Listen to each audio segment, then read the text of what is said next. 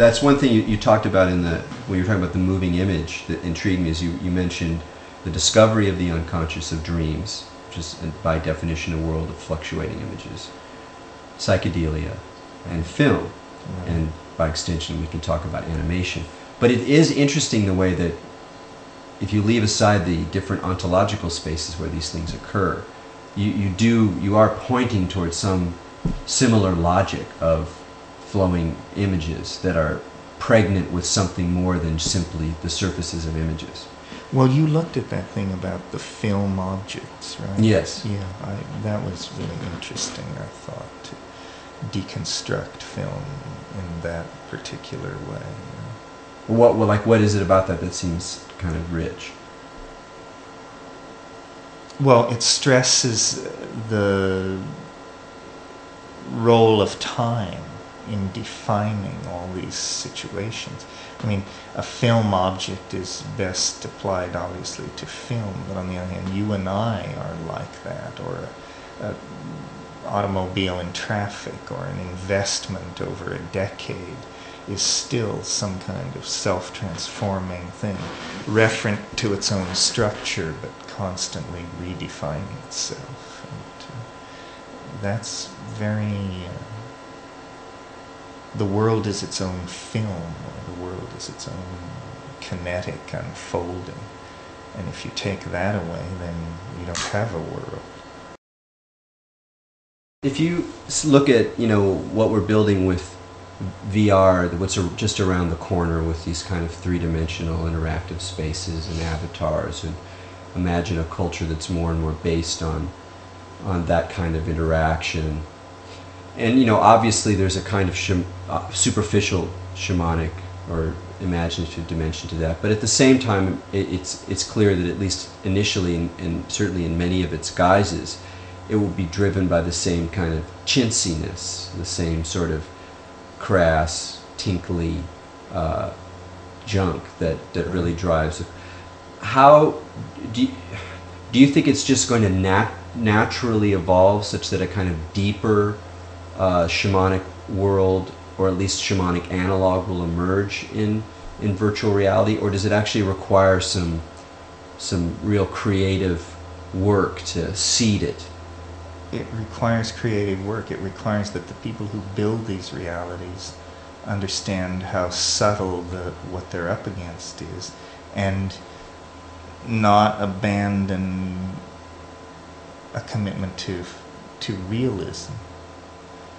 The trick to making the shamanic world, virtual world, compelling is to fairly and truly convey it. So you can't cut corners, you can't fake it. So animation and the rules of Vermeil and all this stuff have to be faithfully executed so that this stuff really does blow people's minds, so that people see, well, the human imagination is large enough to accommodate the human soul. It doesn't leave you feeling like you're wearing too tight a pair of shoes. And that's the dangers. It just becomes kind of a formulaic, too easy. Not that the software couldn't use some improvement, but I don't want it to become so easy to produce these virtual realities that there's no attention to detail or no sense of accomplishment in doing it. What would the kind of ideal Terence McKenna virtual environment be? Well, all of these, I guess you would call them models or explanations, beginning with basic chemistry right up to hierarchy and management theory, because all these processes can be envisioned, as interlocking sets of laws and that sort of thing. So that's, I guess, what we're talking about, is how the world should become more visual, should ride more on a vocabulary of visual assumptions that everybody has learned. We all know that a Bugs Bunny cartoon is a a land of explosions and falling anvils. Well, we learned that. We were taught that. So there needs to be more of this kind of slotting in of I don't know what you would call them, assumptions or gestalts that can be used as a vocabulary to communicate this stuff. Like a language, a visual language. Yes, exactly. And do you see that that some languages from the past, the imagery of alchemy or Egyptian art or things like that, are kind of can be seen as predecessors for a possible new visual language? Well, this is where memory palaces and archetypes and all this stuff come in. That was always the hope. It's not clear it can be realized. I mean, that's why you go through the Maya, the Egyptian, the alchemical, looking for these universal gestalts of meaning. But they're spread wide and far, and it may have to be created de novo. Well, that's part of the I think, a more of a skeptic would say the idea of building a universal language is an old and crusty dream, and when you get into the realm of actually having images involved in it, in a kind of hieroglyphics of virtual space that are linked with meaning, that it becomes even more challenging to imagine how you can make that kind of thing universal, unless it's the universe of, the Nike swoosh. It's the universe of logos and advertising, which actually is somewhat like this, except that its information content is. And people spend a huge amount of money to establish these gestalts. Exactly. Yes. Yeah. So I'm not. Many of our discussions have led to this point where we seem to say, well, there's something about the thermodynamics of information that we don't understand, something about lexical categories, something about how language wants to emerge from the background of matrix, but something about how we process language holds this back. So then there's a negotiation at some kind of fractal edge, and that's where we are.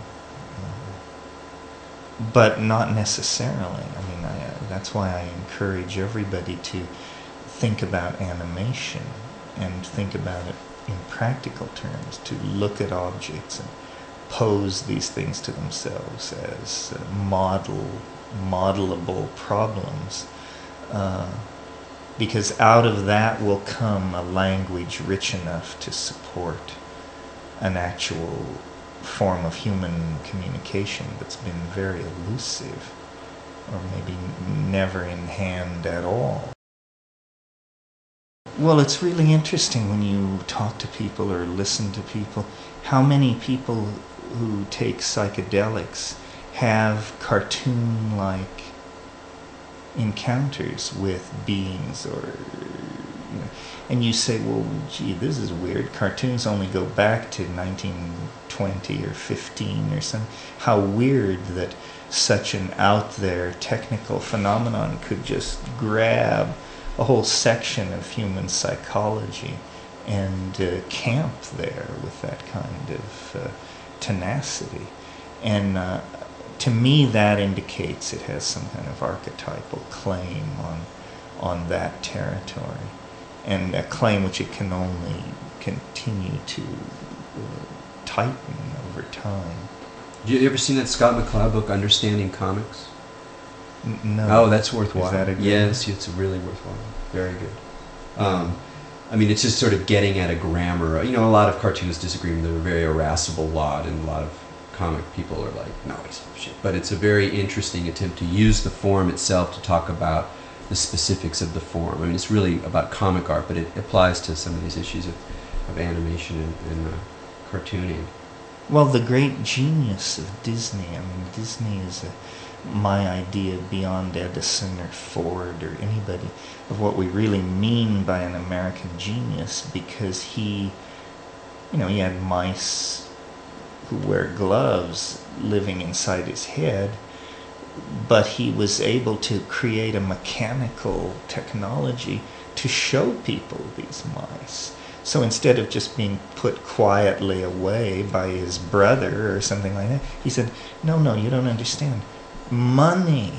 This is worth money. If we can show people these glove-wearing mice and talking ducks and all this stuff. And then he was sufficiently a true American Yankee genius that he saw how to take a flip book and put it on celluloid and do all that. Yeah, I think Disney is a very, very far out person. I mean, he went to the Platonic ideas and came back with, baskets full of them and released them in American towns and cities and did very well.